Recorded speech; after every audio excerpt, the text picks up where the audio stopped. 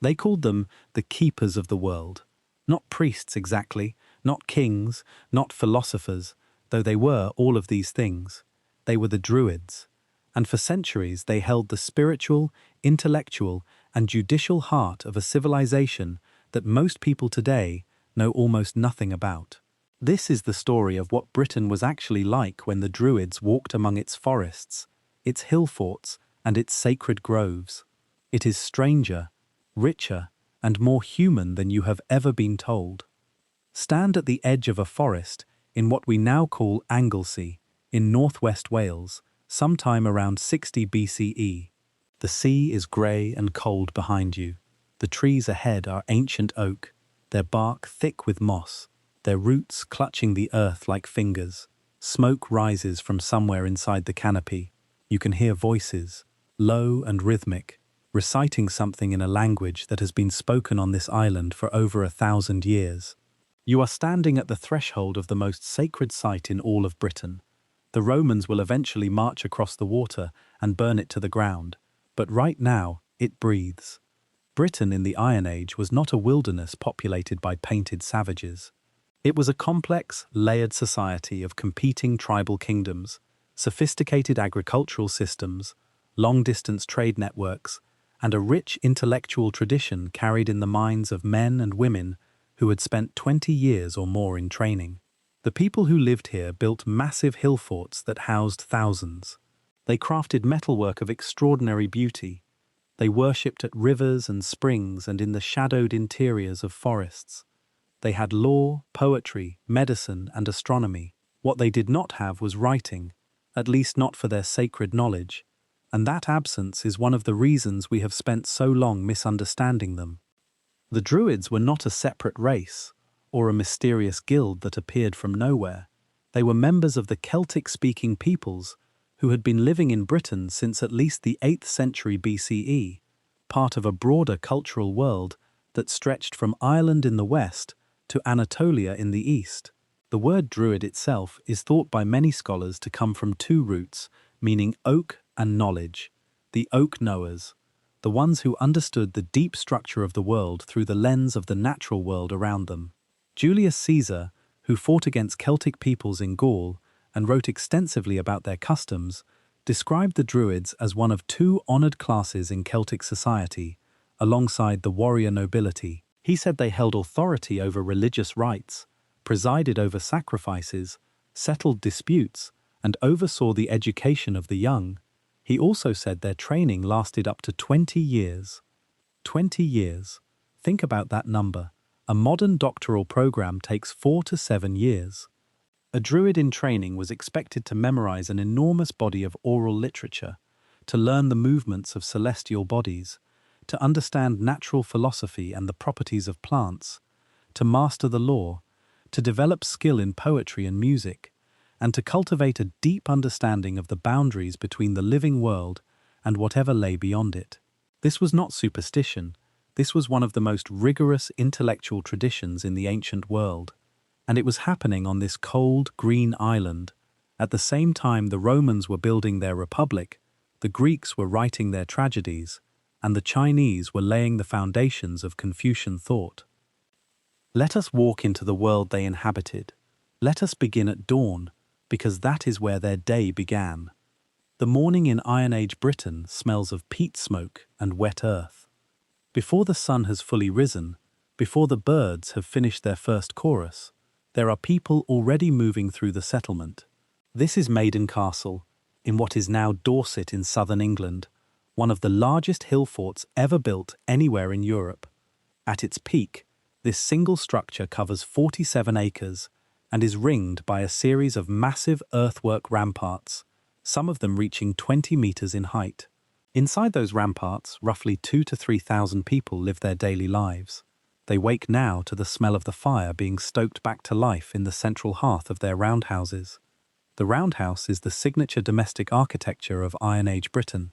Circular in plan, with walls of woven wattle and daub, a conical thatched roof, a central post or ring of posts holding the whole structure up, and a single doorway, usually facing east or southeast, to catch the morning light.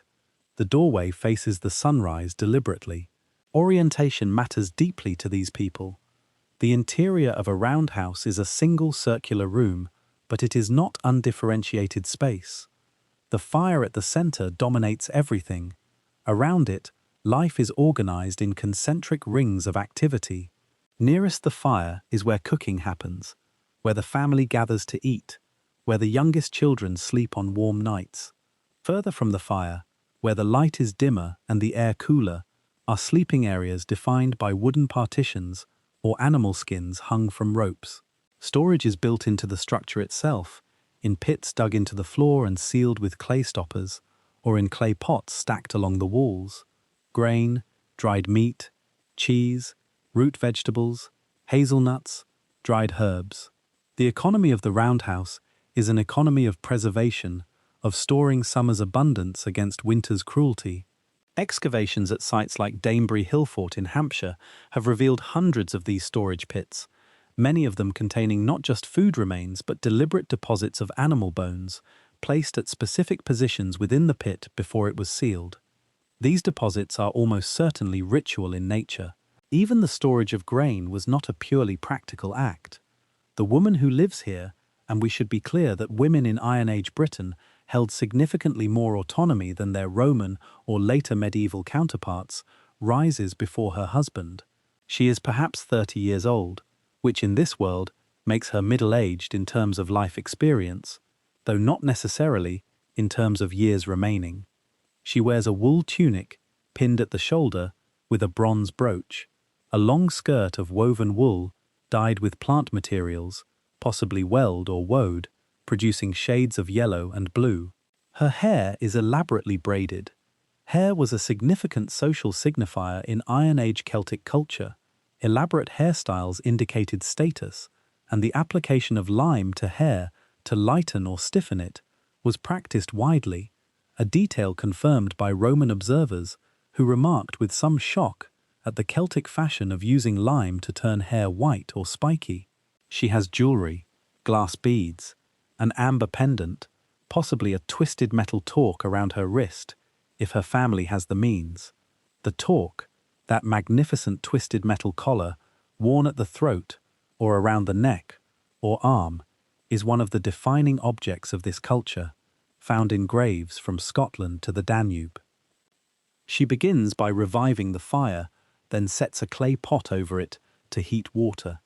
Breakfast in Iron Age Britain was likely a form of grain porridge or flatbread cooked on a clay griddle.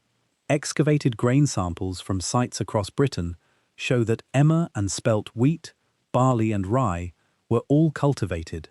The grinding of grain was daily labor, typically done by women using a rotary quern, a pair of flat stones that ground the grain between them. The sound of querns grinding was as common a morning sound in an Iron Age settlement as birdsong. The porridge would be flavored with whatever was available: wild herbs, a little milk if there were cattle, perhaps dried fruit or honey.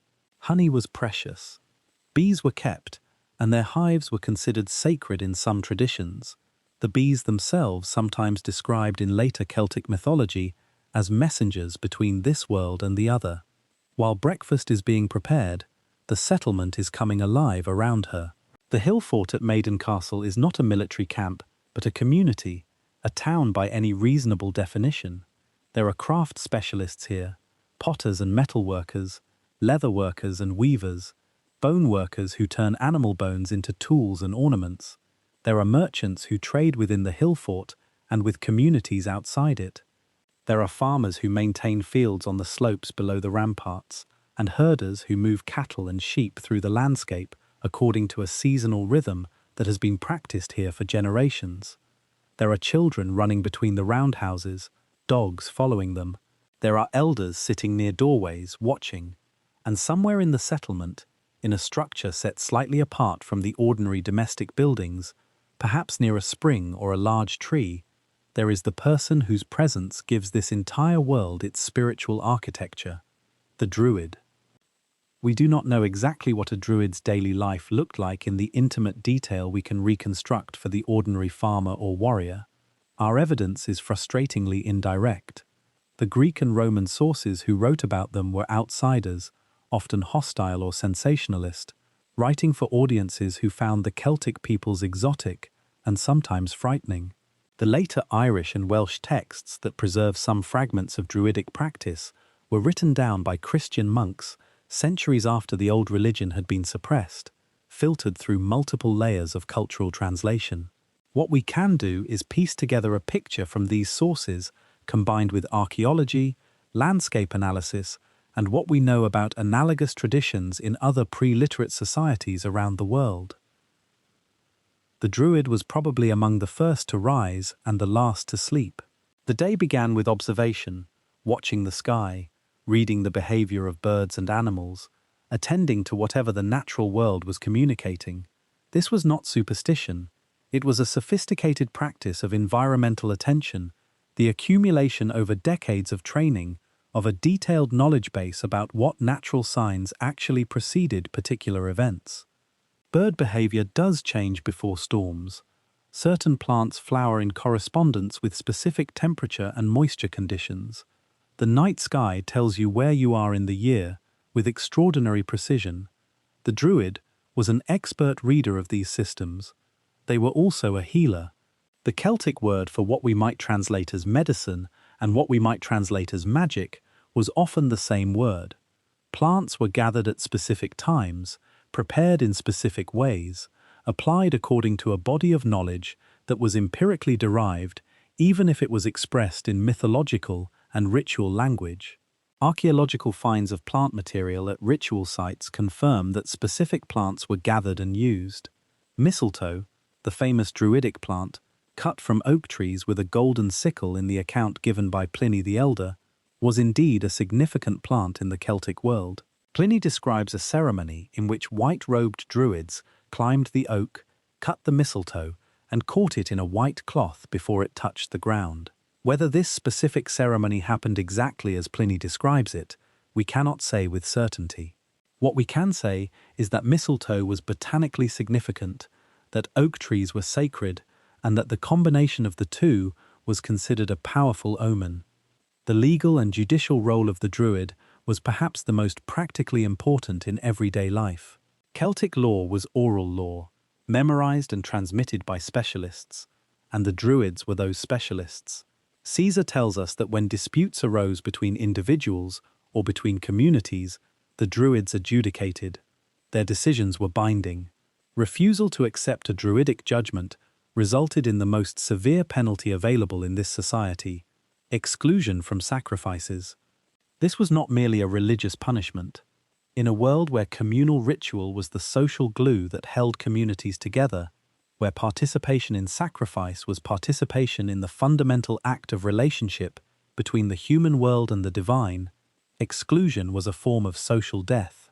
The person who was excluded could not participate in public life in any meaningful sense. They became, in effect, invisible. This is one of the most powerful coercive mechanisms in any legal system, not violence but ostracism, and the Druids wielded it. Let us move through the middle of the day. It is high summer, and the sun hangs long over the green hills. We are now in a different part of Britain, further north, in what will eventually be called Yorkshire. Here the landscape is different from the rolling chalk downlands of the south. The moors stretch wide and brown, cut by river valleys running east toward the sea. The Iron Age settlement here is a smaller farmstead, not a hill fort, a cluster of roundhouses inside a modest enclosure, surrounded by small rectangular fields marked out with banks and ditches. The fields are full of grain in the summer sun. Cattle graze on the hill slopes. Pigs root in the woodland edge. This is the ordinary Britain of the Druidic age, not the great hill forts or the ceremonial centres, but the countless thousands of family farms that made up the majority of the landscape. They were everywhere.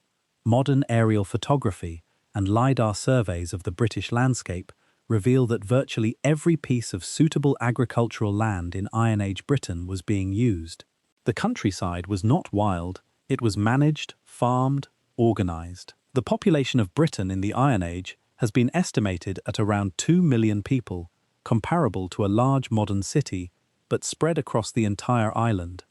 The middle of the day was work time. In summer, everyone was involved in agriculture in some way. Men and women both worked the fields. Caesar noted with some disapproval that Celtic peoples practiced a form of communal land use rather than individual private ownership, at least in some regions. This is consistent with what archaeology tells us about the organization of Iron Age settlements. There is evidence for communal storage, communal feasting, communal labor on the construction and maintenance of the earthworks and field systems that define these landscapes. The construction of Maiden Castle's ramparts would have required an enormous collective labor investment, the movement of millions of cubic meters of chalk, organized and coordinated over generations. This was not something an individual or even a small group could accomplish. It required a social system capable of directing collective effort on a massive scale. The tools they used were iron. This is, after all, the Iron Age. The transition from bronze to iron as the dominant metal for tools and weapons had occurred in Britain around 800 BCE, and by the period we are discussing, iron was ubiquitous. Iron plowshares, iron sickles, iron axes, iron knives. The quality of Iron Age ironwork in Britain has been underestimated for a long time, partly because iron corrodes in a way that bronze does not, and many objects have been lost to oxidation. But where iron objects are preserved, either in waterlogged conditions or through careful conservation, they reveal a high level of metallurgical skill. The swords produced by Celtic smiths in Britain and across the Celtic world were among the finest in Europe. Julius Caesar's legionaries, who were not easily impressed by the equipment of their enemies, noted the quality of Celtic weaponry with respect. The afternoon brought different rhythms depending on the season. In late summer, the pace of agricultural work intensified as harvest approached. The grain had to be cut, dried, threshed, and stored before the rains came. Every able-bodied person in the community contributed to the harvest. This communal labor was almost certainly accompanied by ritual. The cutting of the first sheaf, the storage of the last grain, the burning of the harvest stubble, these were not merely practical acts, but moments where the human world touched the divine. The calendar of Iron Age Britain was organized around the agricultural and pastoral year, divided into 4 major festivals that we know from later Celtic tradition as Samhain, Imbolc, Beltane, and Lughnasadh. These festivals marked the transitions of the year. Samhain at the beginning of November, when the cattle were brought in from summer pasture, and the boundary between the living and the dead was considered permeable. Imbolc in early February, associated with the first stirrings of spring and the lactation of ewes. Beltane at the beginning of May, when cattle were driven between fires for purification before being released to summer pasture, and Lughnasadh in early August, a festival of the harvest named for the god Lugh, celebrated with assemblies, games, and markets. The Druids presided over all 4 of these festivals. They were the keepers of the calendar, which in the Celtic world was a lunisolar calendar of extraordinary sophistication. The Coligny calendar, a bronze tablet discovered in France in 1897 and dating to around the 1st century CE, gives us a glimpse into how this calendar worked. It shows a 5-year cycle of 62 months, with intercalary months added to reconcile the lunar cycle with the solar year. The months are marked as auspicious or inauspicious, and specific days are flagged for particular activities. This is not the calendar of an unsophisticated society. This is the product of centuries of careful astronomical observation and mathematical reasoning, preserved in oral tradition and transmitted through Druidic education. The Druids, Caesar tells us, had a great deal of knowledge about the stars and their movements, about the size of the world and of the earth, about natural philosophy. He was a hostile observer, but even he could not deny the intellectual sophistication of the institution. Now let us enter a world that most people never consider when they think about the Druids, the world of women in this spiritual system. The Roman sources focus almost exclusively on male Druids, and for a long time this led scholars to assume that the institution was entirely male. But the evidence is more complicated. Classical sources do mention female seers and prophets among the Celtic peoples, sometimes called by names that seem related to or overlapping with the Druidic tradition. Strabo mentions female seers on an island off the coast of Gaul. Tacitus, describing the Roman assault on Anglesey in 60 or 61 CE, describes women among those standing on the shore to oppose the Roman advance. Women dressed in black, with torches, their hair loose, screaming curses. Tacitus calls them Furies, but they were clearly religious specialists of some kind, positioned among what he calls the Druids, who were crowded around the shore lifting their hands to heaven and calling down curses on the Romans. Women were part of this world. The later Irish literary tradition, which preserves fragmentary memories of the pre-Christian religious landscape, includes many female figures with druidic qualities, the ability to prophesy, to curse, to transform, to move between worlds. The archaeological record adds another dimension.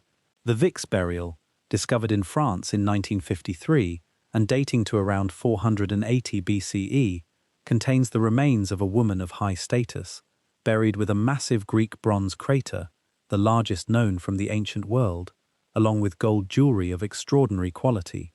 She was not a warrior queen, but something more complex, a figure whose status came from a ritual or social role rather than military prowess. Similar high-status female burials have been found in Britain, including the Wetwang woman burial from Yorkshire, dating to around 300 BCE, in which a woman was buried in a two-wheeled vehicle alongside personal ornaments and a bronze canister whose function may have been ritual. These women were buried with the markers of honor and power. Whatever their specific role was, they occupied positions in their society that commanded deep respect. As the sun begins to descend toward the western horizon, the settlement's attention shifts toward the evening. Feasting was central to Iron Age Celtic social life. The feast was not merely a meal, it was a performance of social order, a renegotiation of alliances and obligations, a space where stories were told and songs were sung, and the bonds of community were renewed. The feast had a strict protocol.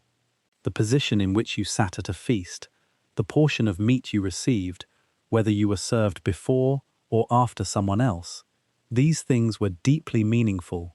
Caesar describes the Celtic practice of the champion's portion, in which the best cut of meat at a feast was given to whoever was acknowledged as the bravest warrior present. The dispute over who deserved the champion's portion could, and sometimes did, lead to violence. The feasting hall was a space of both communion and competition. The druid at the feast served as a master of ceremonies, a keeper of protocol, and a storyteller. The storytelling function was perhaps the most profound. In a non-literate society, stories are not entertainment. They are the primary vehicle for the transmission of knowledge, values, history, law and theology. The Druids' role as a poet and storyteller was inseparable from their role as a priest and judge. The Irish tradition preserves the memory of this in the figure of the file, the poet-seer, who was one of the three great classes of learned men in early Irish society, alongside the Druids and the Brehons or lawyers. The file had the power not just to tell stories, but to create reality through language, to satirize an unjust king into disgrace, to compose a praise poem that elevated a warrior's status, to speak a prophecy that would shape the future. Language was power, the word was sacred. The fire at the center of the feasting hall was tended throughout the meal. Fire was sacred to the Celtic peoples in ways that permeated every aspect of life. The hearth fire in a roundhouse was ideally never allowed to go out entirely, being banked down at night and revived in the morning from its own embers. The lighting of communal fires was a ritual act, controlled by religious specialists. The famous Beltane fires, between which cattle were driven, were lit by Druids using friction, by rubbing wood together in a specific way, rather than by transferring flame from an existing source. The new fire had to be a genuinely new fire, not a continuation of the old one. This distinction between old fire and new fire, between the ordinary and the ritually renewed, was meaningful in a way that touches on some of the deepest concerns of Celtic religious thought.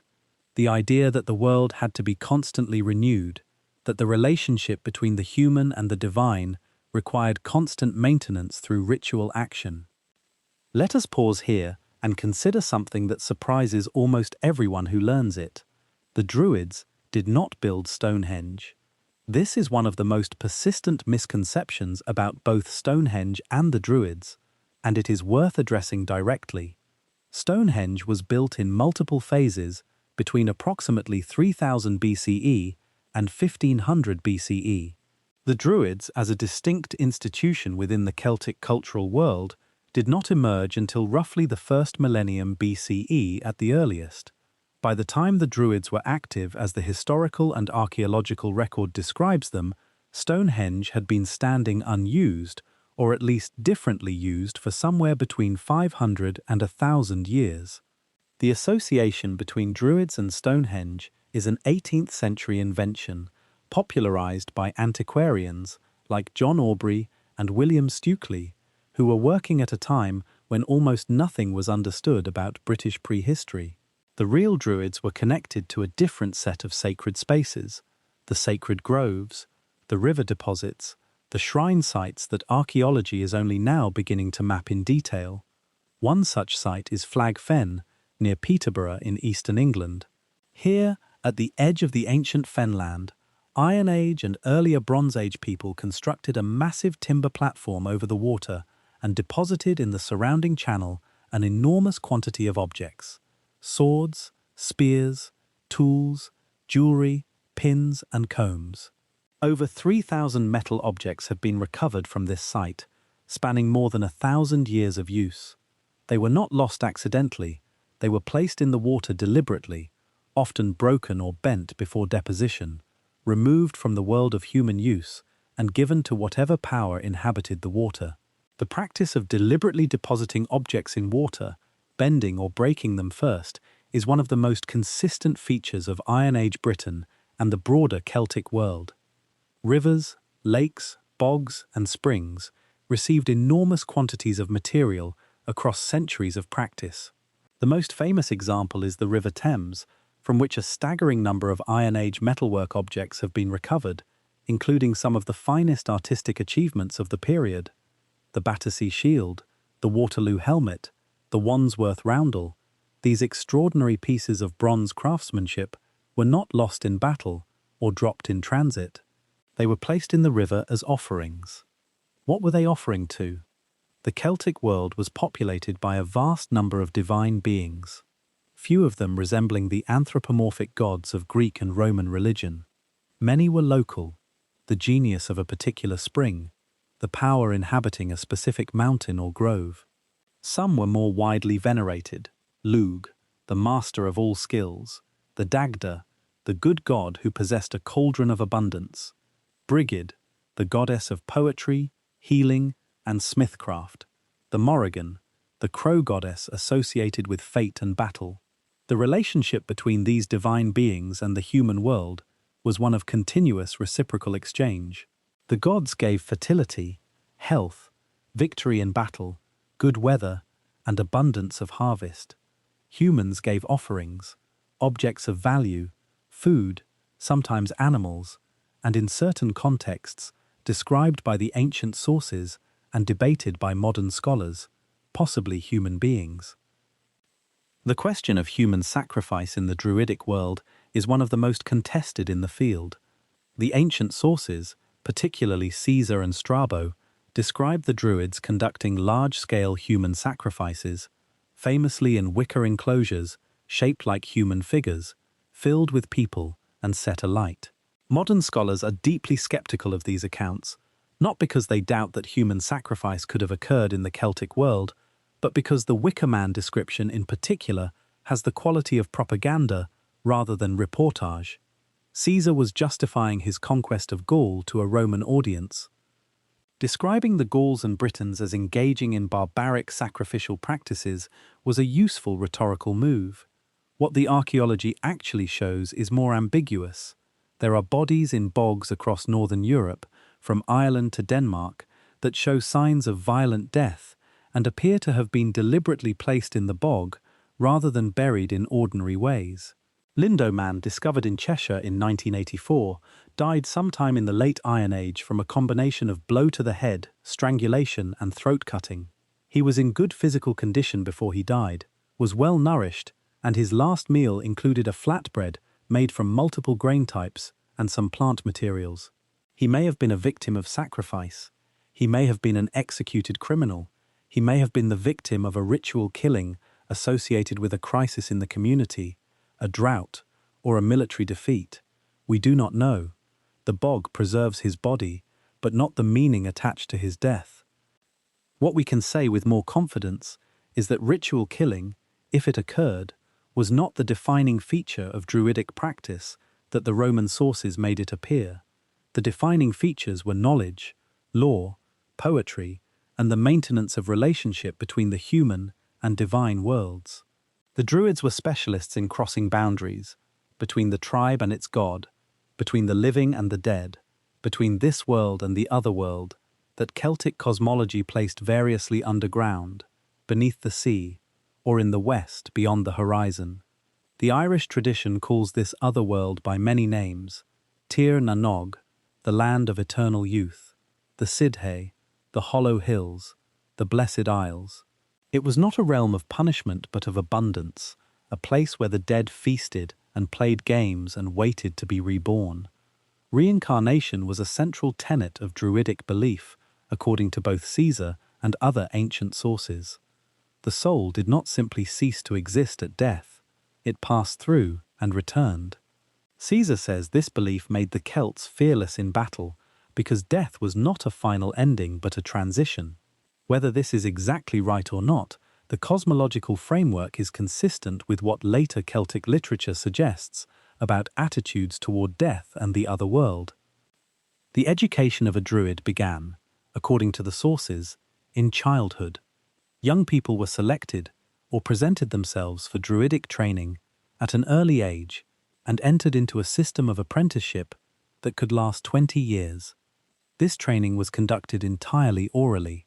The prohibition on writing down sacred knowledge was deliberate and explicit. Caesar tells us the Druids believed that writing weakened memory and that the sacred knowledge should not be made available to ordinary people who might come across it in written form. This is a sophisticated attitude toward the technology of writing, not ignorance of it. The Celts who traded with the Mediterranean world were familiar with literacy. Many Celtic communities used Greek or Latin script for commercial purposes. The decision not to write down the religious and legal tradition was a choice, not a limitation, and it meant that when the institution was disrupted, either by Roman conquest or by Christian conversion, the knowledge went with the people who carried it. 20 years of memorization. What was being memorized? Poetry, primarily. The oral tradition of the Celtic world was a tradition of verse. Laws were in verse. Histories were in verse. Theology was in verse. This was not an aesthetic preference but a practical technology. Rhyme and meter are powerful mnemonic tools, allowing much longer texts to be reliably stored and transmitted in memory than prose allows. The Irish tradition preserves some of these forms. The oldest Irish poetry, which contains traces of pre-Christian religious language and imagery, shows a highly formal metrical system with strict rules about syllable count, stress patterns, and the deployment of poetic devices like alliteration and assonance. To train as a Druid was to train as a master of this system, to internalize hundreds or thousands of lines of verse containing the accumulated knowledge of the tradition. We know something about what the sacred groves looked like. The Latin word used for them is nematon, from a Celtic root meaning sacred space or sky, and this word appears in place names across the Celtic world from Britain to Galatia in what is now Turkey. The grove was defined by the trees themselves, primarily oak, but also other species associated with sacred power: hazel, rowan, yew, apple. The oak was paramount. The oak's longevity, its size, its association with lightning in the mythology of many European cultures, its provision of mast for pigs, and its general ecological centrality in the woodland systems of temperate Europe. All of these qualities made it the most sacred tree. Pliny's description of the Druids climbing the oak to cut mistletoe connects the tree, the parasite plant that grows without touching the ground, and the ritual specialist in a single image that has haunted European imagination ever since. The archaeological site at Ely in Gloucestershire gives us a glimpse of how one such sacred site was used over time.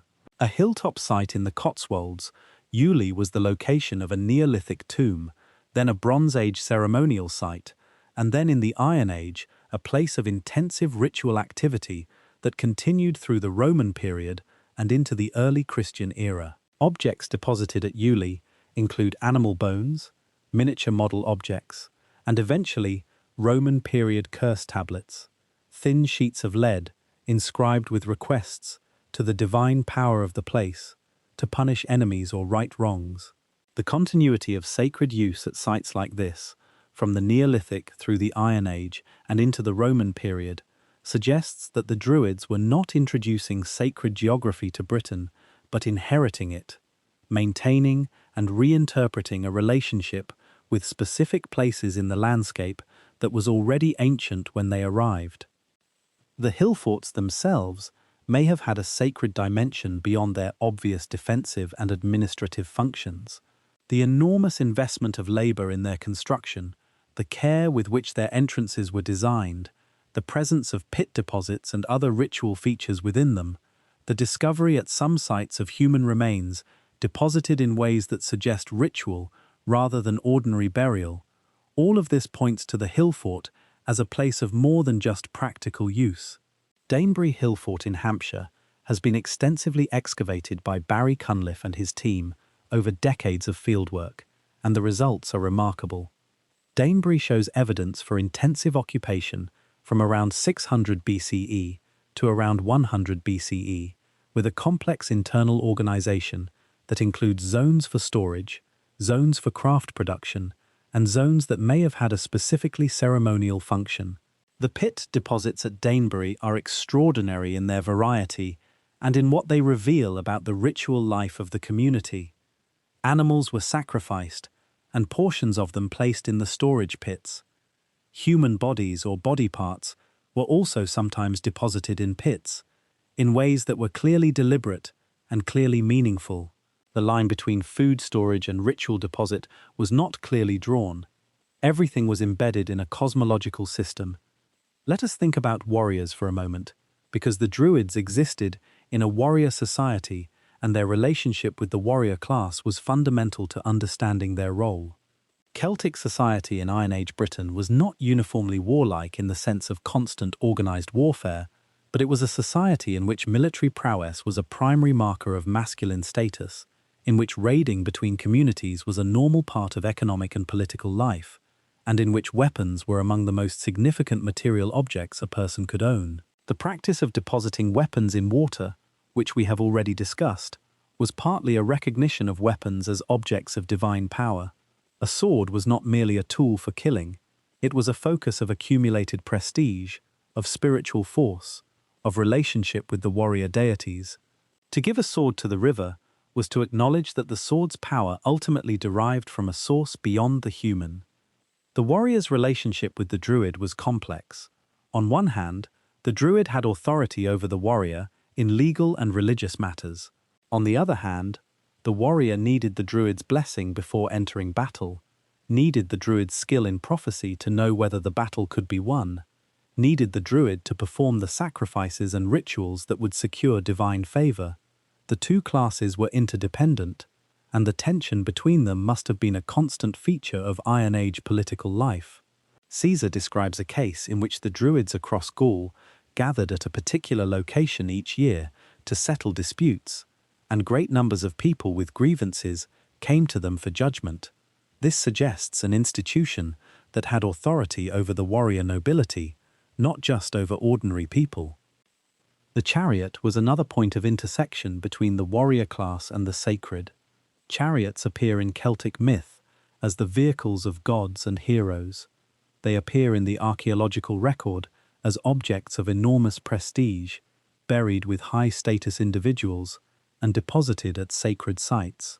The Wetwang chariot burials in Yorkshire, a remarkable series of Iron Age burials containing dismantled chariots along with the bodies of men and women of high status, show that chariots were associated with the most significant transitions in life. Specifically, the transition at death. The chariot carries the hero into the other world as it carried them through this world, at speed, with purpose. The chariot-driving skill of British warriors was one of the things that most impressed Julius Caesar when he invaded in 55 and 54 BCE.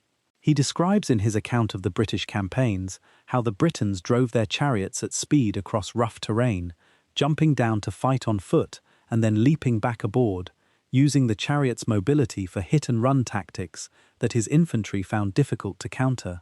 The Romans, who had long since abandoned chariots as an obsolete technology, found themselves confronting something they had not expected.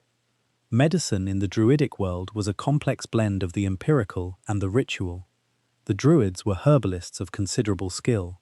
The Irish and Welsh literary traditions preserve lists of plants and their uses that reflect a genuine tradition of botanical medicine, and some of the plants mentioned have been confirmed by modern pharmacology to have the effects attributed to them. The importance of clean water was understood. Wounds were washed, fractures were set. Archaeological evidence from Iron Age Britain includes healed fractures and signs of surgical intervention in some skeletons, suggesting a level of medical skill capable of managing complex injuries. The Druid healer worked with plants, with ritual utterances designed to invoke divine aid, and with practical physical interventions, and they did not distinguish between these three modes of action as clearly as we would today. Healing was a gift from the divine world, facilitated by the healer's knowledge and right relationship with that world. The physical treatment was the mechanism, the ritual was the channel through which healing power flowed. The landscape itself was a text that the Druids could read, the observation of natural omens, the behavior of animals, the patterns of weather, the occurrence of unusual phenomena. These were all meaningful communications from the divine world to the human one. This was augury and divination, and it was practiced throughout the Celtic world. The flight patterns of birds, particularly ravens and crows, were especially significant. The raven and the crow were associated with battle, death, and prophecy across Celtic mythology. The Morrigan, the Irish goddess of fate and war, could transform into a crow. To see a raven before a battle was to receive a message from the divine, though whether it was a good or a bad message depended on context and the skill of the interpreter. The Druid was that interpreter. Their ability to read and communicate the will of the divine world was perhaps their most practically important social function. Consider now the moment of seasonal transition, specifically Samhain. It is the end of October, and the fields have been stripped. The last of the cattle are being driven down from the summer uplands to the lowland settlements where they will overwinter, though not all of them. Those animals that cannot be supported through the winter will be slaughtered now. The smell of blood and smoke is in the air. The days are shortening rapidly. Somewhere in the settlement, the Druid is preparing for the great ritual. Samhain is the hinge of the year, the moment when the old year closes and the new one begins, and the boundary between the living and the dead is at its thinnest. The dead might walk on Samhain. The people of the hills, the beings of the other world, might be seen. Fires will be lit, and the dead will be remembered, and perhaps fed. The household fire will be extinguished and relit from the communal fire, lit by the Druid, the new fire of the new year. This act of collective fire renewal was not merely symbolic.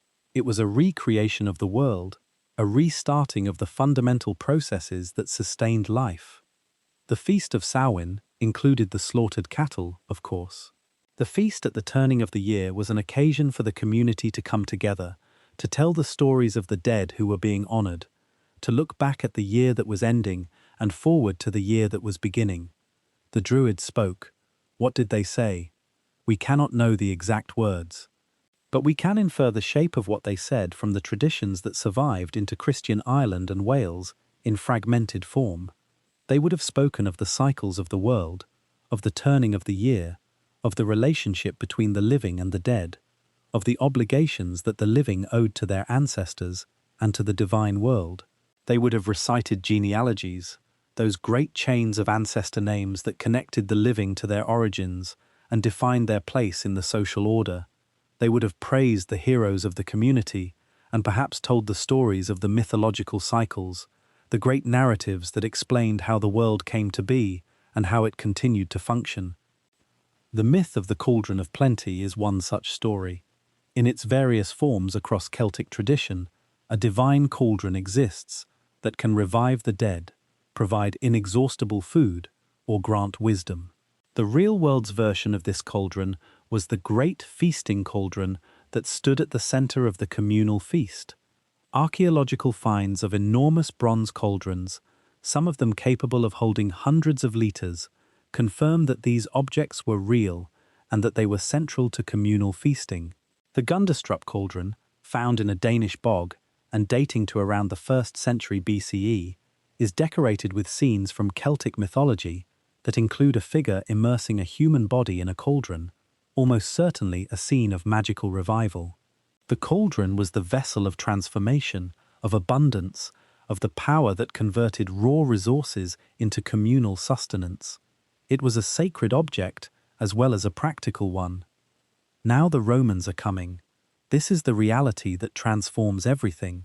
In 55 BCE, Julius Caesar makes his first expedition to Britain.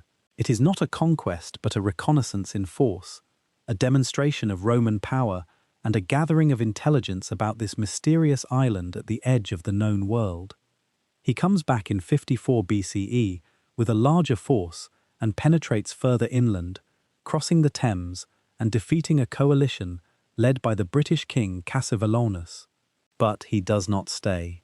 The real conquest begins nearly a century later, in 43 CE, under the Emperor Claudius.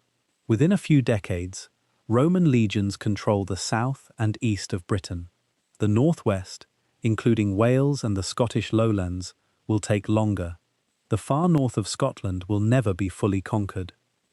The Roman conquest changes the world of the Druids profoundly. From the Roman perspective, the Druids were a problem. They were the intellectual and spiritual leadership of the resistance. Their authority over Celtic society gave them the ability to organize opposition across tribal boundaries. Their control of law and justice meant that any Roman attempt to impose Roman law had to contend with the existing Druidic legal structure. Their network of connections across the Celtic world, connecting communities in Britain with those in Gaul and beyond, made them a communications and coordination infrastructure for resistance. The Romans moved to suppress them. In 54 CE, the Emperor Claudius formally outlawed Druidism. In 60 or 61 CE, the Roman governor Suetonius Paulinus marched his army across the Menai Strait to Anglesey, the island we began this journey at, and destroyed the sacred groves there. Tacitus describes the scene vividly, the Romans initially frozen by the sight of the Druids with their hands raised, cursing, the women running between the ranks like furies. But the Roman soldiers rallied, and the island was taken. The groves were cut down. This was a moment of enormous symbolic significance. Anglesey had been a centre of Druidic learning and practice, a sanctuary where Druids from across Britain could gather. Its destruction was intended to strike at the heart of the institution. The timing is significant. Suetonius Paulinus was in the process of destroying Anglesey when he received news that the Iceni queen Boudica had risen in revolt in the east of Britain, leading a coalition of tribes that destroyed the Roman cities of Camulodunum, known today as Colchester, Londinium, known today as London, and Verulamium, known today as St. Albans, and killed perhaps 70,000 people. The revolt was eventually suppressed, Boudica died, and the Roman consolidation of Britain continued. But the moment illustrates the volatile intersection of religious authority, tribal politics, and imperial power that defines this era. The Druids did not simply disappear after the Roman conquest. The suppression was real, but it was not total, and it was not immediate. In the unconquered areas of Britain, in Ireland, which was never conquered by Rome, and in the areas of Wales and Scotland, where Roman control was limited, Druidic practice continued. The Irish tradition preserves memory of Druids as a functioning institution well into the early centuries CE, eventually giving way to Christian influence after the conversion of Ireland beginning in the 5th century. The Welsh tradition similarly preserves material that points to a Druidic background, though heavily transformed by centuries of Christian overlay. The Druid does not vanish. The Druid transforms, fragmented into the figure of the Christian monk with his learning and his role as keeper of knowledge, the figure of the court poet, who praises kings and preserves genealogies, the figure of the local wise woman, who knows which plants heal and which harm, and who can read the signs in the natural world. One of the most remarkable pieces of evidence for the sophistication of Iron Age British society is the network of long-distance trade that connected Britain to the rest of Europe and beyond. Even before the Roman conquest, Britain was not isolated.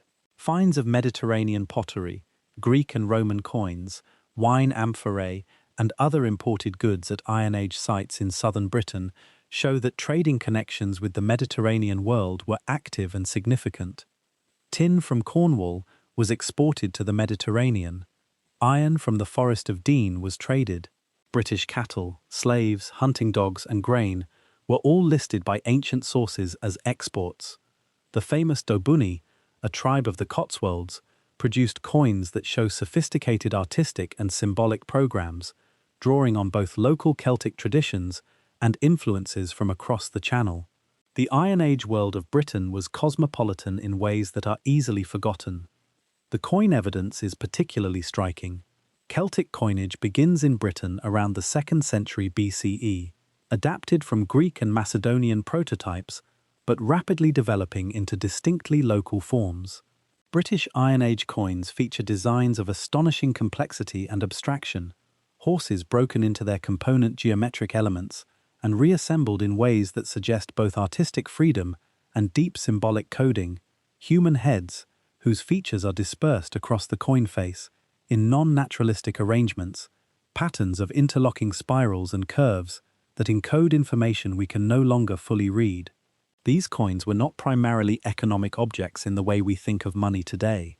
They functioned in a gift economy, in the exchange of prestige and obligation, in the demonstration of power and alliance.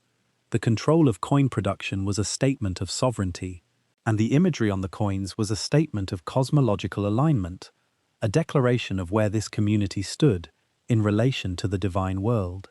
The art of Iron Age Britain is one of the great artistic traditions of the ancient world, though it receives far less attention than Greek or Roman art.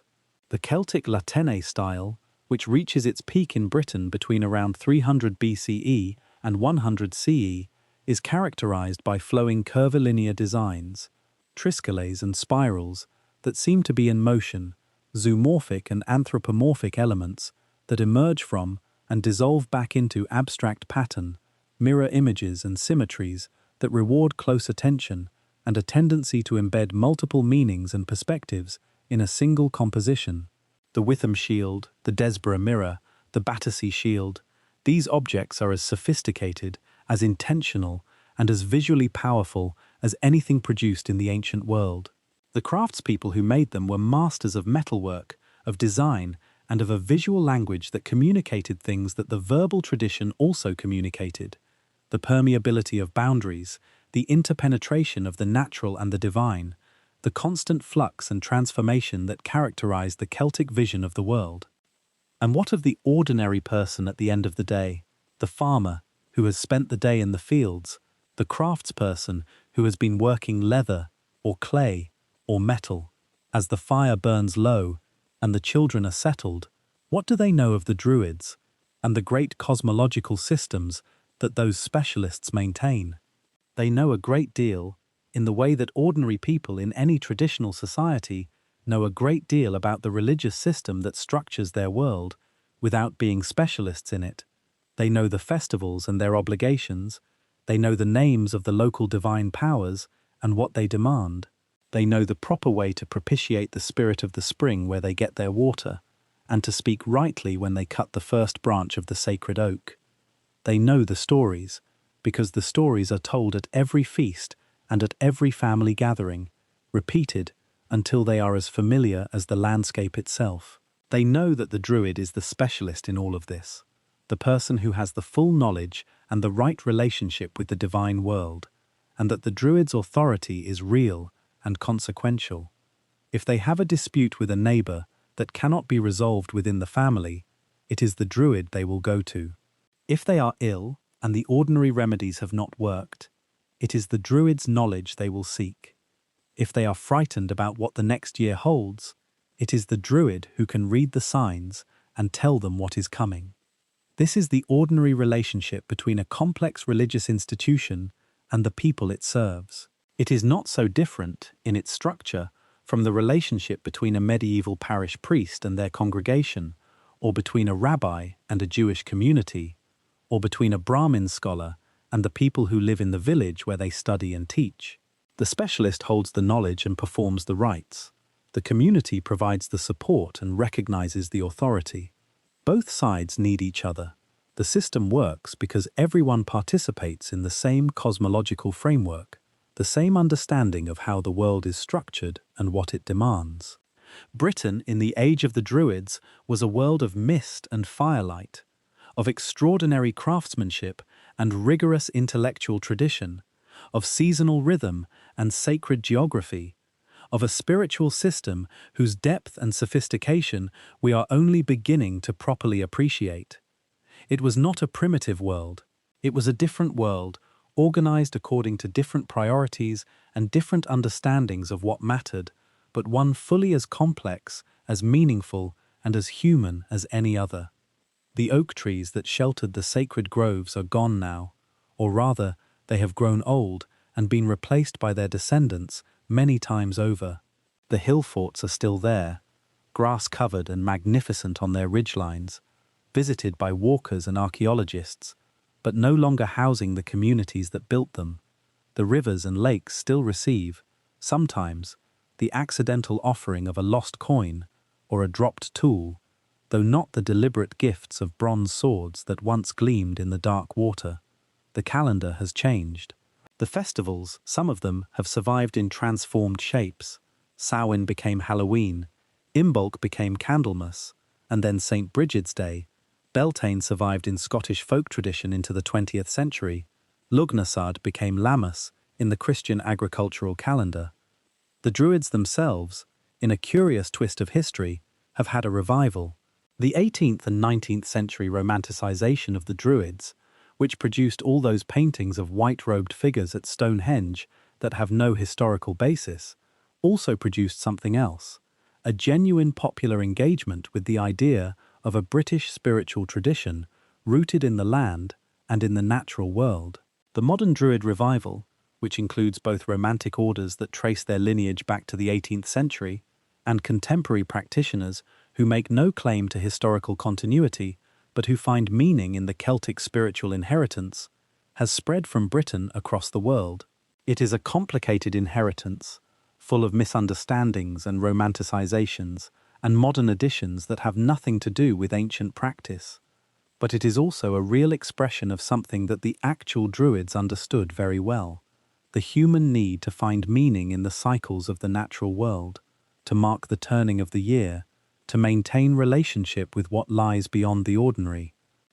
We are back at the edge of the forest in Anglesey. The sea is still grey, the trees are still ancient, the smoke has gone, the voices have stopped, but the roots of the oak still hold the earth, and underneath that earth is the same ground that Druids walked on 2,000 years ago. The world they inhabited is not recoverable in every detail. Too much has been lost, too much was never written down, too much was deliberately destroyed, but the shape of it, the outline and the feeling and the deep intention of it can still be traced if you look carefully enough. It was a world that took seriously the idea that knowledge is sacred, that the relationship between the human and the divine requires constant attention and care, and that the earth itself is not just a resource to be used but a living presence to be respected. That is not a primitive idea. That is a very sophisticated one, and it was here on this green island, in the mist and the firelight, in the oak groves and the river deposits, in the hill forts and the roundhouses and the feasting halls, in the 20 years of memorized verse and the golden sickle and the sacred springs. It was here, and it was real, and it mattered. The metals that flowed through Iron Age Britain tell their own story, and it is a story of connections that stretch far beyond the shores of this island. Copper ore came from Wales and from Ireland.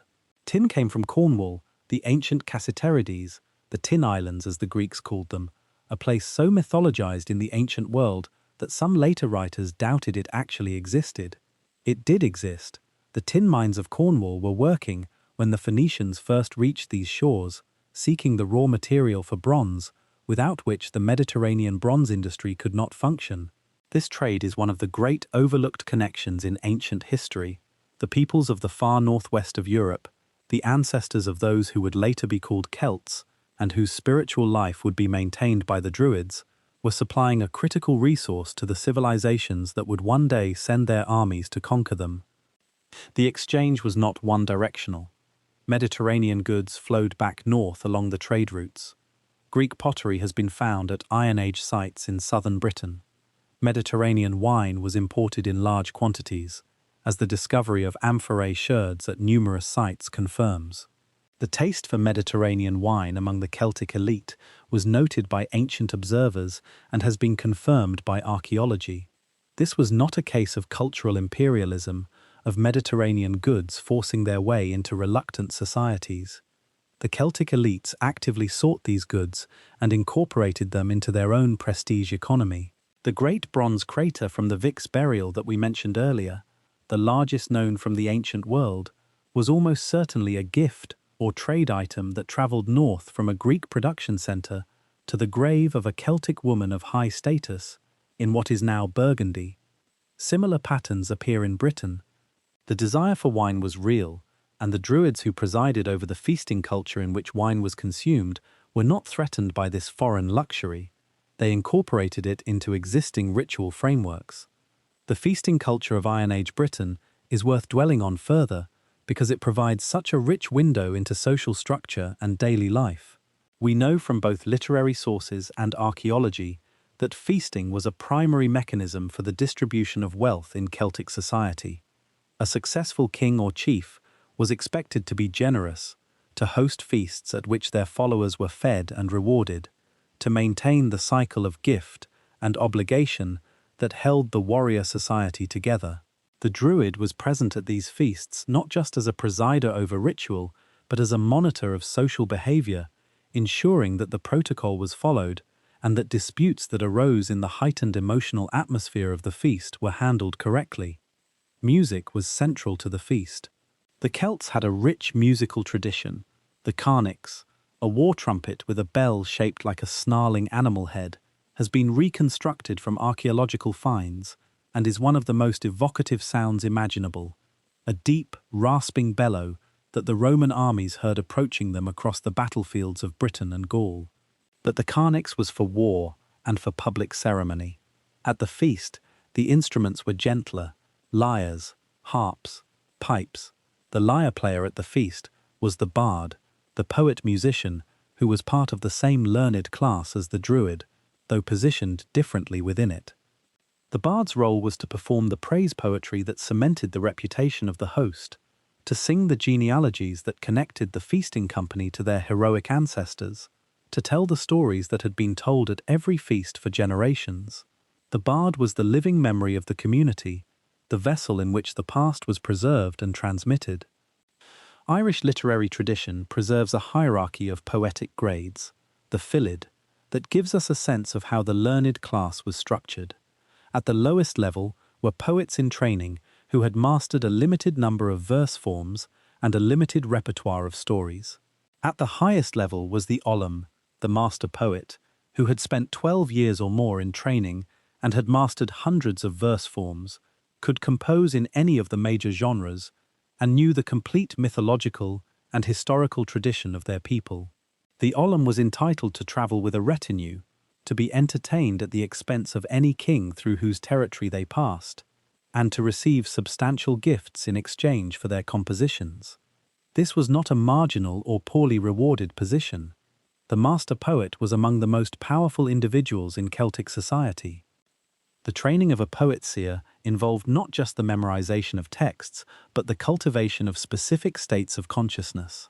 The Irish tradition describes practices such as imbas foroznai, a technique involving sensory deprivation and recitation designed to induce a state of prophetic inspiration. The practitioner would be wrapped in a cloak and lie in darkness, entering a state between sleep and waking in which the boundaries between the ordinary mind and the deeper levels of knowledge and prophecy became permeable.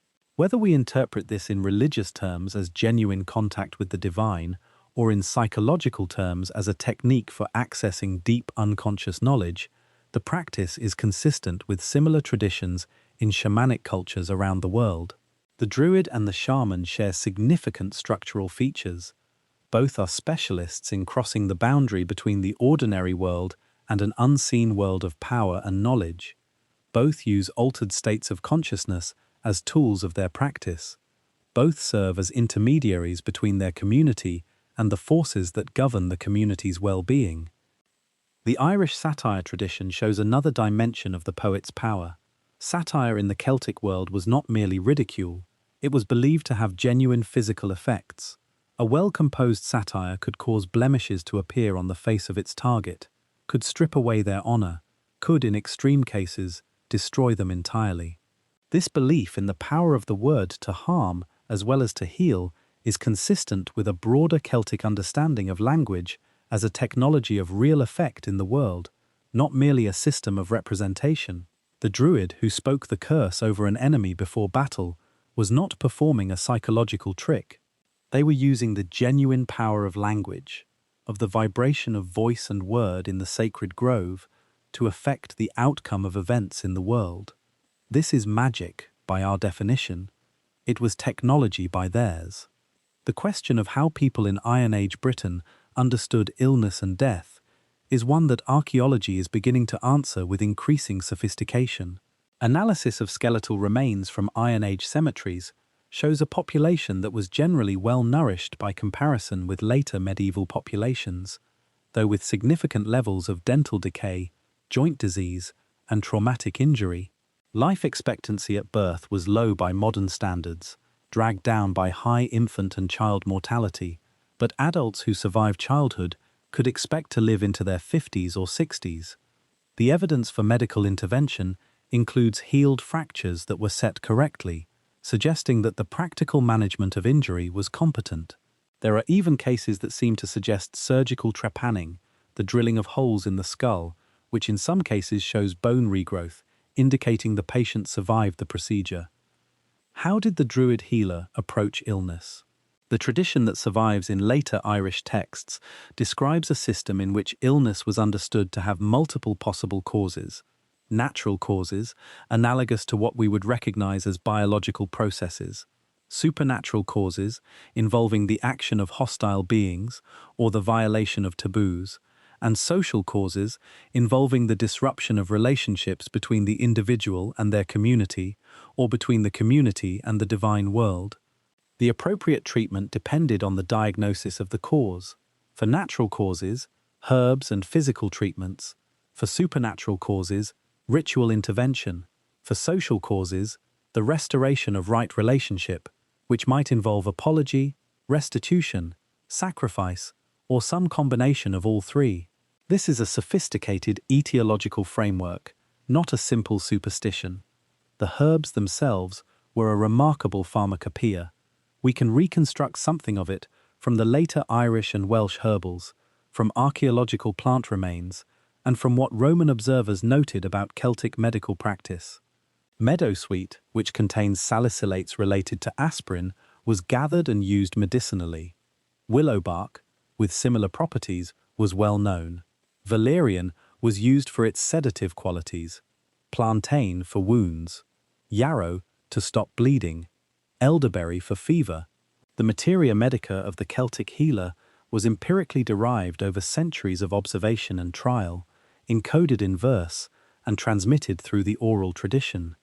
When the Christian monasteries of Ireland began writing down the old knowledge in the early medieval period, they preserved much of this botanical learning in their medical manuscripts. Some of it eventually found its way into the mainstream of European medical tradition. Agriculture, the foundation of everything, deserves a deeper look than we have given it so far. The farming of Iron Age Britain was more sophisticated than is often assumed. The field systems that archaeology has revealed across the British landscape show careful management of soil, with evidence for crop rotation, the use of manure, and the selection of grain varieties suited to local conditions. The soils of the chalk downlands of southern Britain, light and well-drained, supported intensive grain production. The heavier clay soils of the Midlands were more challenging, but were being farmed with iron ploughshares that could break through the clay in ways that the earlier wooden ploughs of the Bronze Age could not. The introduction of iron ploughshares was arguably the most important technological development in British agricultural history before the Industrial Revolution. Cattle were the primary measure of wealth in Iron Age Britain, as in much of the Celtic world. The Irish word for cattle, bow, gives us the word for road in Irish, botha, literally the cattle track. The road was, at its origin, the path along which cattle moved.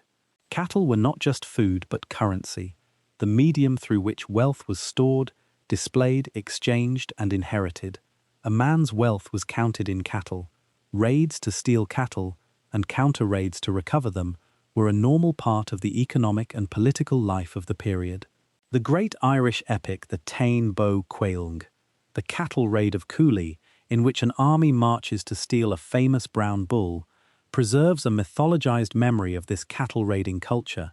The bull itself was sacred, associated with divine power and virility, and bull sacrifice was a significant ritual act. The slaughter of a bull at a feast was a moment of real import, a moment at which the divine and the human came into contact through the spilling of sacred blood. The religious year also included moments of purification and renewal that applied not just to the community as a whole, but to the landscape itself. The practice of burning the stubble after harvest, which was partly practical in clearing the field for the next year's planting, was also a ritual act of purification, of returning the exhausted energy of the field to the sky in smoke. The spring ploughing was preceded by rituals to propitiate the earth, to ask permission of the powers of the soil before breaking it open. The first furrow was a sacred act, just as the first sheaf at harvest was sacred. Every transition in the agricultural cycle was embedded in a framework of ritual obligation. Water, as we have noted, was sacred in ways that went beyond its obvious practical importance.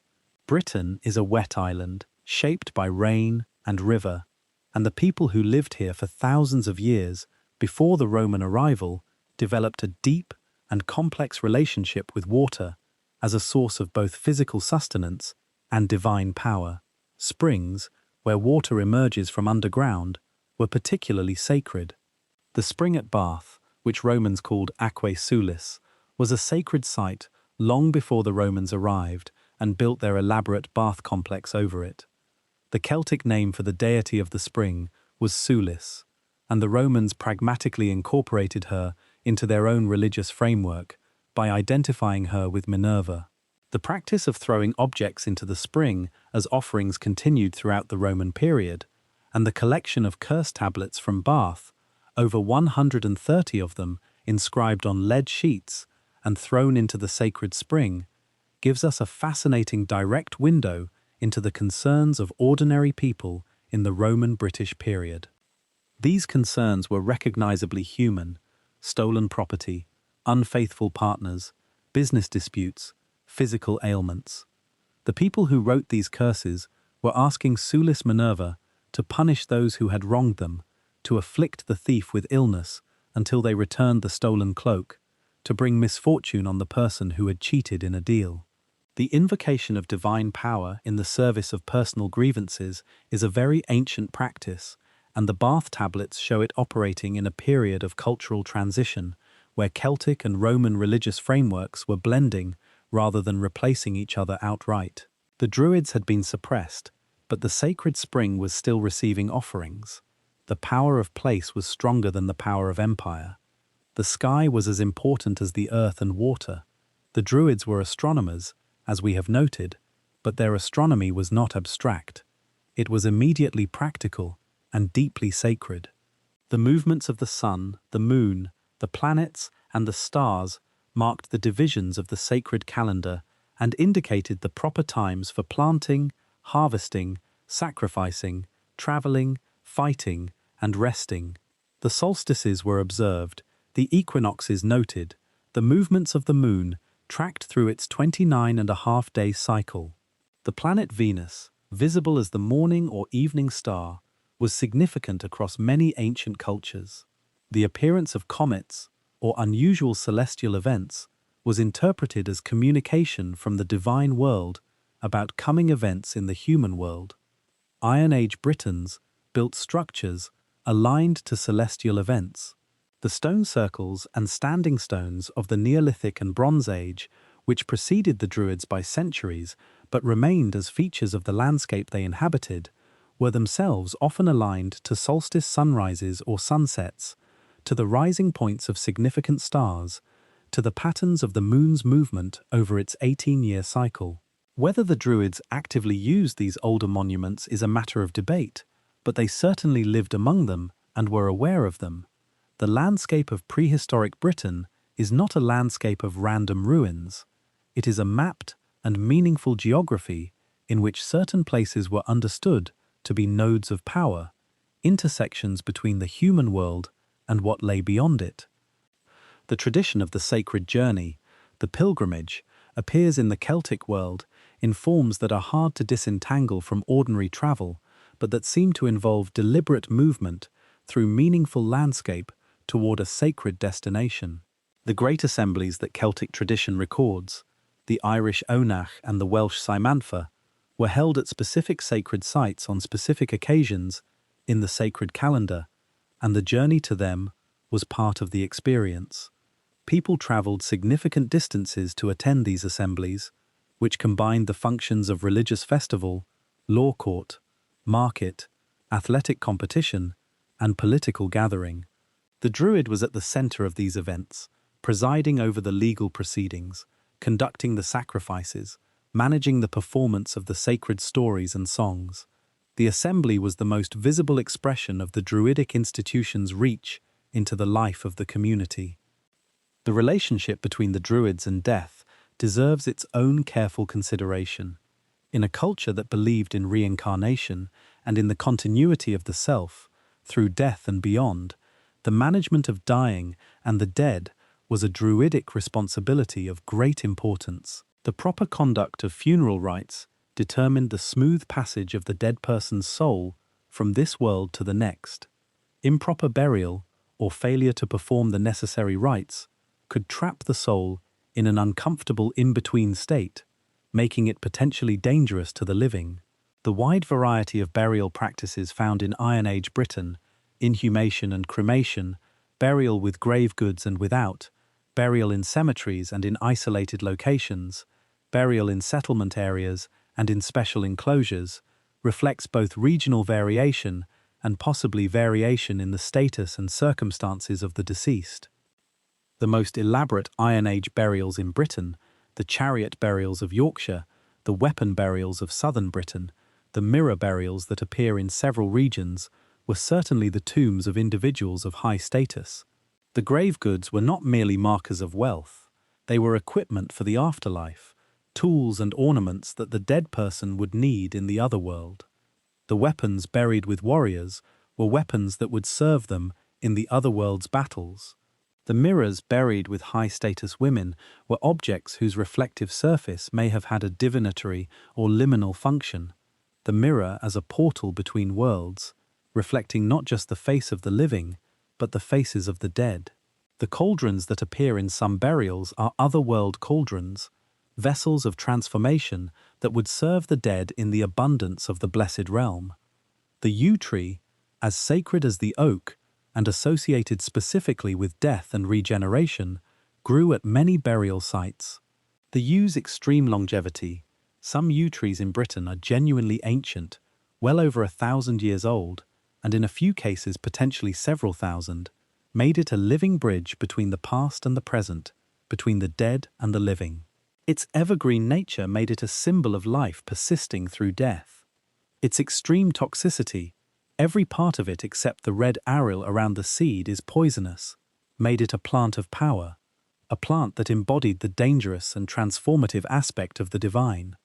The yew at the sacred site was not just a tree, it was a statement about the nature of time, of life, of death, and of the relationship between all three. What do we make of all of this, standing at the remove of 2,000 years? We make of it, first, a recognition that human intelligence and human spiritual aspiration are not products of modernity. The people who built Maiden Castle and buried their dead with mirrors and gave their finest bronze to the river were as fully human as we are, as curious, as frightened, as capable of beauty and of cruelty, as hungry for meaning as any generation before or after them. The Druids who presided over their world were not primitive witch doctors, but sophisticated intellectuals operating within one of the most rigorous oral intellectual traditions ever developed. We make of it, second, a recognition that diversity of thought about the fundamental questions of human existence, questions about what we owe to each other, what we owe to the natural world, what lies beyond death, how we should organize our communities and honor our dead, is not a modern luxury. It is as old as humanity itself. The Druidic answers to these questions were different from the answers given by Rome or Greece or China, but they were not less thoughtful, not less carefully derived, not less responsive to the real conditions of human life on this particular island, in this particular era. We make of it, finally, a recognition that things can be lost. The Druidic tradition was suppressed, fragmented, transformed, and eventually replaced. The 20 years of memorized verse, the detailed knowledge of the sacred calendar, the maps of the sacred geography, the names and relationships of the hundreds of divine beings who inhabited the wells and rivers and hilltops of Britain, most of this is gone. We have fragments, echoes, traces in place names and folk customs and medieval literature. We have the archaeology, which tells us what people did without always telling us what they thought. We have the hostile reports of Roman observers, useful but distorted. We have the later Christian manuscripts of Ireland and Wales, invaluable but translated across a cultural and religious gulf that changes everything. What we can be certain of is that it was real. The people lived, the fires burned, the oak groves stood, and the sacred springs ran cold and clear over the deposited bronze. The Druids memorized their 20 years of verse and settled their disputes and read the flights of ravens and spoke the words that maintained the relationship between the human world and the world beyond it. They did this for centuries, across the full length and breadth of this island, in all its weathers and all its seasons, from the chalk cliffs of the south to the granite hills of the north. And then the world changed, as it always does, and they became part of the deep soil of Britain, mixed with the roots of the oaks and the silt of the rivers, present still if you know how to look, if you are willing to stand quietly at the edge of the forest and listen for what the trees remember. The metalworking traditions of Iron Age Britain deserve a dedicated examination, because they represent one of the clearest windows we have into how this society understood the relationship between the practical and the sacred. The smith was not merely a craftsperson. In Celtic tradition, the smith was a figure of divine or semi-divine power, associated with the gods of craft and transformation. The Irish god Goivniu was the divine smith, whose weapons could not miss, and whose ale made the gods immortal. Credne and Luchta were his companions in the divine craft triad, the real-world smith who hammered iron or cast bronze in the settlements of Iron Age Britain inhabited a role that partook of this mythological significance. The forge was a liminal space. The transformation of raw ore into finished metal was a process that mirrored the great cosmological transformations, the conversion of chaos into form, of potential into actuality, of the underground into the useful and beautiful. The heat of the forge was controlled fire, the most sacred of all substances, put to the service of transformation. The smith who worked at that heat was a specialist in transformation, and the products of that labor, the sword, the cauldron, the torque, the mirror, were objects that carried within them the power of the transformative process that had created them. The discovery of founders' hoards, collections of broken bronze objects apparently gathered for recycling, at numerous sites across Britain, tells us something important about how these objects were thought about. Old bronze was not discarded, but melted down and recast. The metal itself persisted through multiple forms, each casting a kind of reincarnation of the material. This is not too fanciful a reading.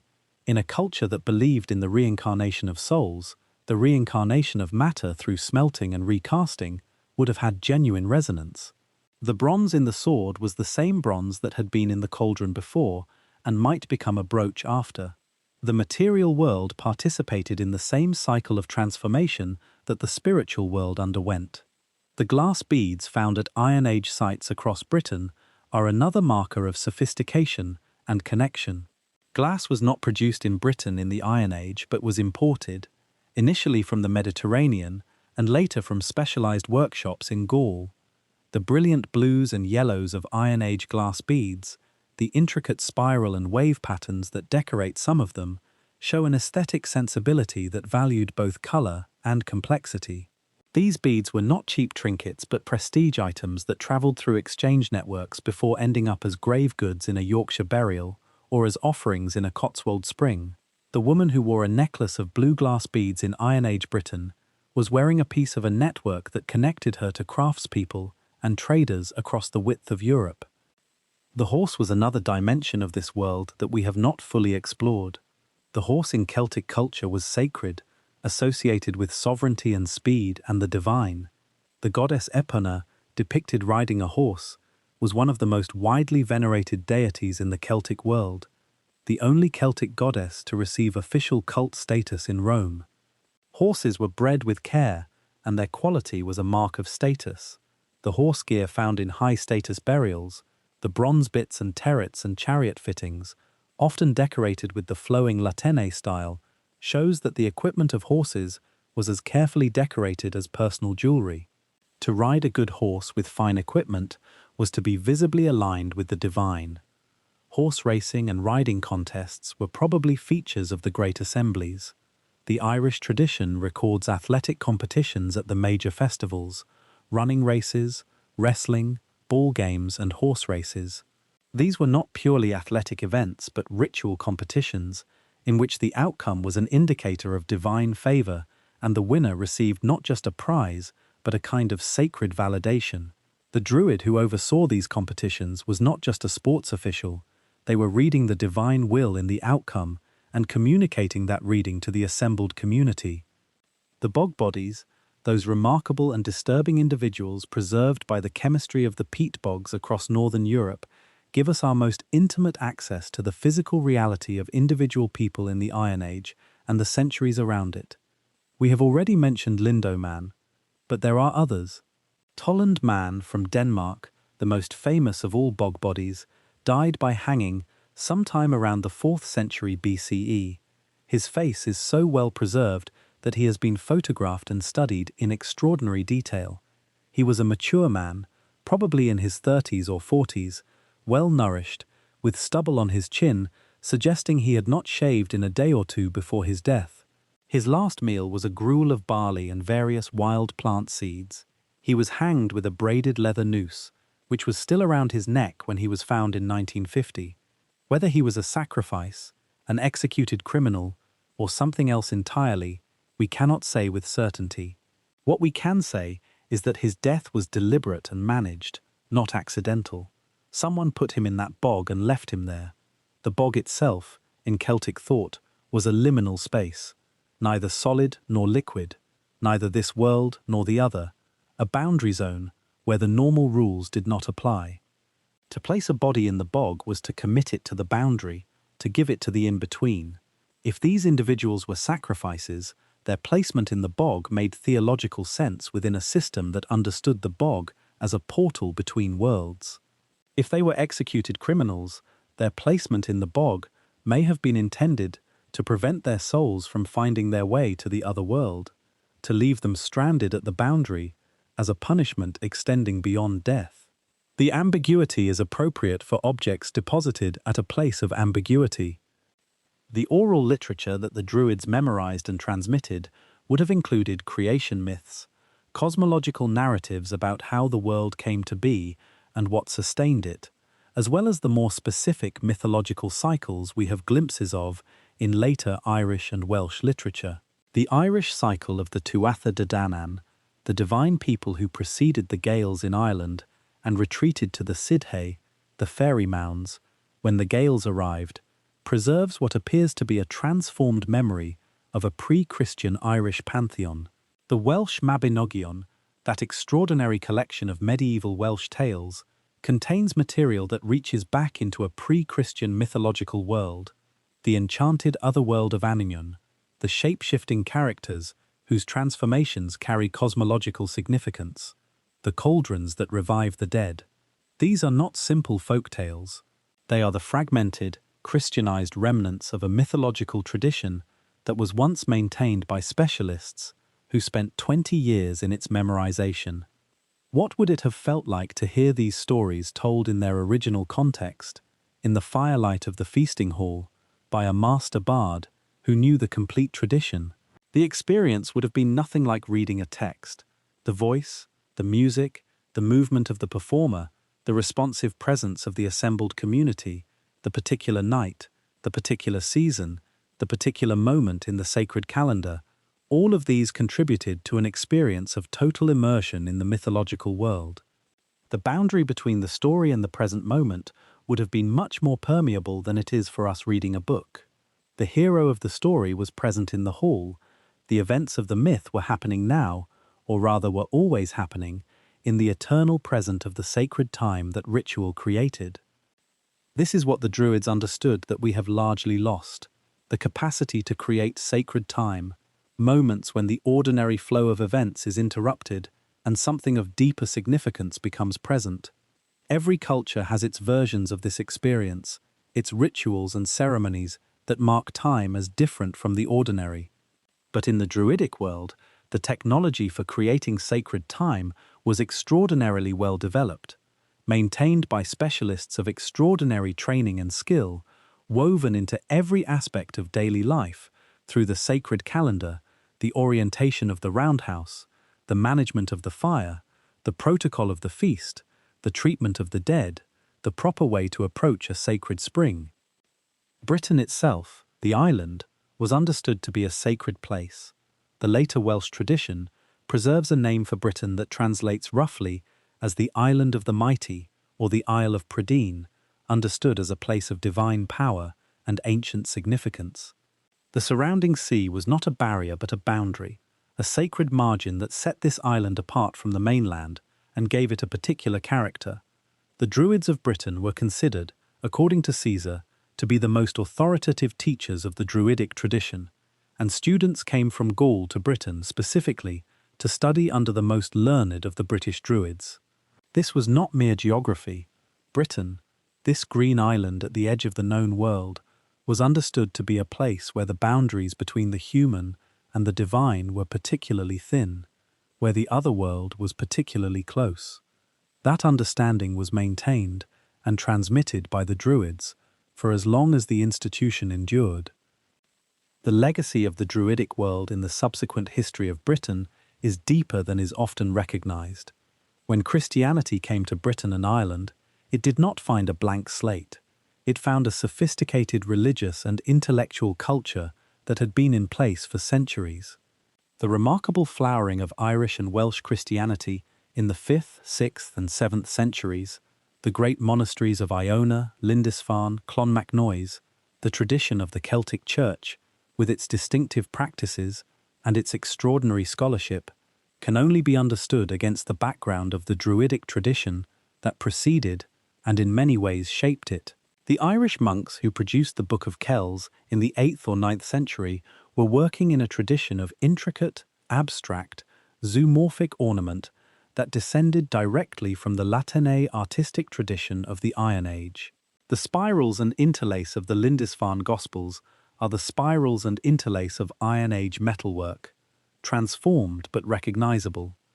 The monks who wrote down the Irish mythological cycles in the medieval period were preserving material they knew to be pre-Christian and potentially dangerous from the perspective of Christian orthodoxy. They preserved it anyway.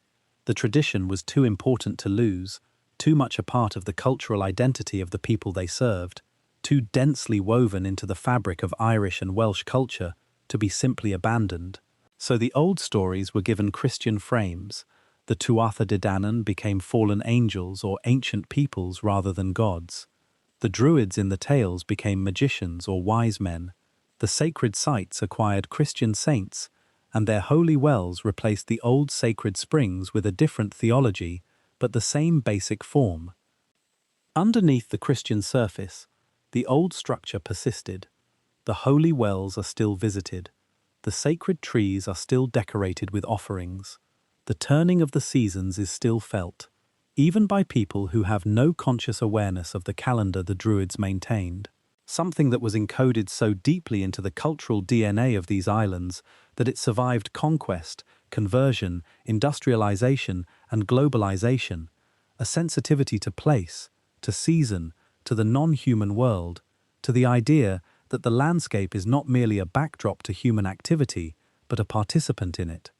That sensitivity is the Druids' most lasting gift to Britain and to the world. Not the wicker men of Roman propaganda, not the white-robed figures at Stonehenge of romantic fantasy, not the politically ambiguous revival movements of the 18th and 19th centuries, but a deep, embodied understanding that the world is alive, that the human and the non-human are in relationship, and that the maintenance of that relationship is one of the most important things that any community of people can attend to.